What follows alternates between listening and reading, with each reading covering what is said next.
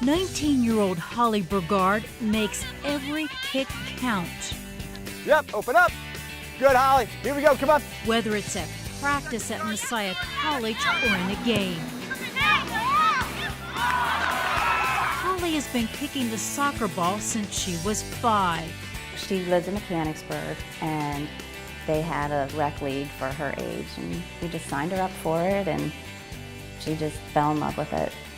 I think the thing with soccer is she had success early on as a small kid, so that kind of fed her confidence. Holly quickly moved from a rec league to a travel team. It's fun. It's a stress reliever. You get away. I don't know, just something about it. A very active child that wouldn't let anything slow her down. But her health was doing just that. Holly's parents were worried. She has a twin sister, and I noticed that her twin sister had gotten very tall compared to her. It was about 8 inches difference in height and about 20 pounds difference. And that's not all. I think the first real kind of clue that we had to do with her spending a lot of time in the bathroom. I can be like 10 times, 8 times. Like, there's just some days where like you just feel like you have to go, so you go to the bathroom, but then you don't have to go, so there's nothing there. These concerns led Holly and her parents to Penn State Hershey Medical Center.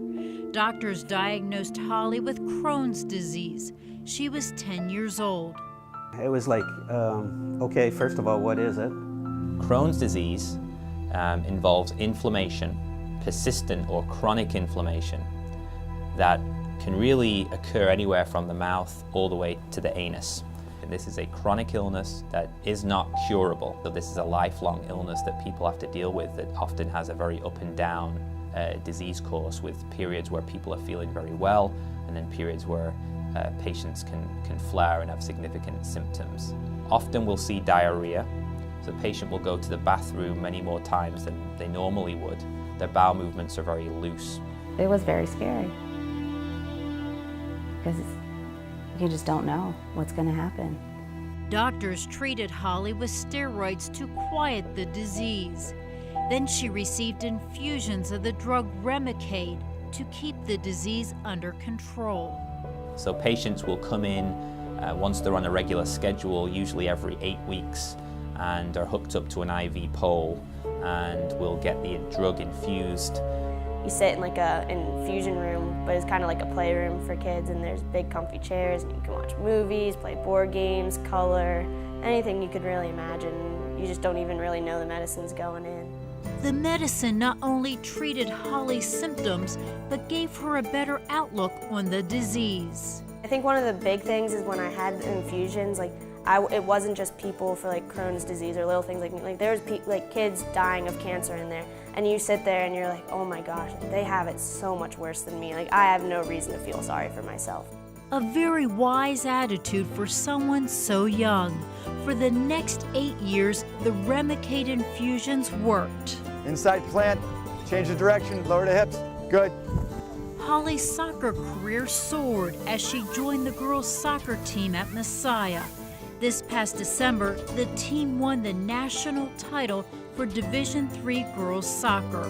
You can just never dream of being there, and then when you're actually there and you actually win it, it's just amazing. It was just so exciting, and you know, I could jump up and down right now. I'm so excited. But it was very exciting, and to know that she was part of it. Shortly after the win, Holly became ill. She actually did come down with the flu. After that, she just didn't get better. Between January and Easter time period, we just saw a dramatic reduction, not only in energy, but a dramatic reduction in her weight. I believe she lost 25 pounds in a very short period of time. That was obviously a clue. Something more than the flu is going on. We then performed a colonoscopy. I was floored, to be honest, and I was very upset because she had one of the sickest colons that I've ever seen. Very deep, nasty ulcerations. The medication had stopped working. Unfortunately, what we see with all of these medicines that are like Remicade that the body can develop a resistance, if you will, to the drug. And so that really stops the medicine being as effective as it once was. So at that point, we knew that we needed to make some changes and make them quickly, because just the way it looked, I was concerned that no medication was going to work for her at that point. And I actually consulted with one of our special IBD surgeons here. So Holly and her parents met with IBD surgeon Dr. Walter Colton. Because she had done so poorly with all the other medicines, that we had to start making plans for the possibility that the newer medicines would not work either. And then the next step would be surgery, and surgery would involve removing her colon. I was shocked, but in the back of my mind, I was just thinking, like, if it's meant to happen that way, it's gonna happen that way, and there's not much I can control about it. Before setting a date for surgery, doctors wanted to try one more medication. So we started the Humira, which is an injectable medication. It's like a self-injection into your thigh every 2 weeks. Within a matter of weeks, she was feeling better. Oh, there it goes. Yeah. Yeah, I started gaining the weight back. You started getting the energy back. You started losing the soreness in your body and things like that. Holly went from being one step away from a life-changing surgery to kicking and passing the soccer ball with her teammates again. Yeah, that's the touch, good. For her, at this time, it's been a miracle. I'm so proud of her. I'm just so happy that she's able to do what she loves to do. Just lucky to be out here still playing, doing something I love, and that I have to make the best of every chance that I have to play, because I don't know when it could be taken away.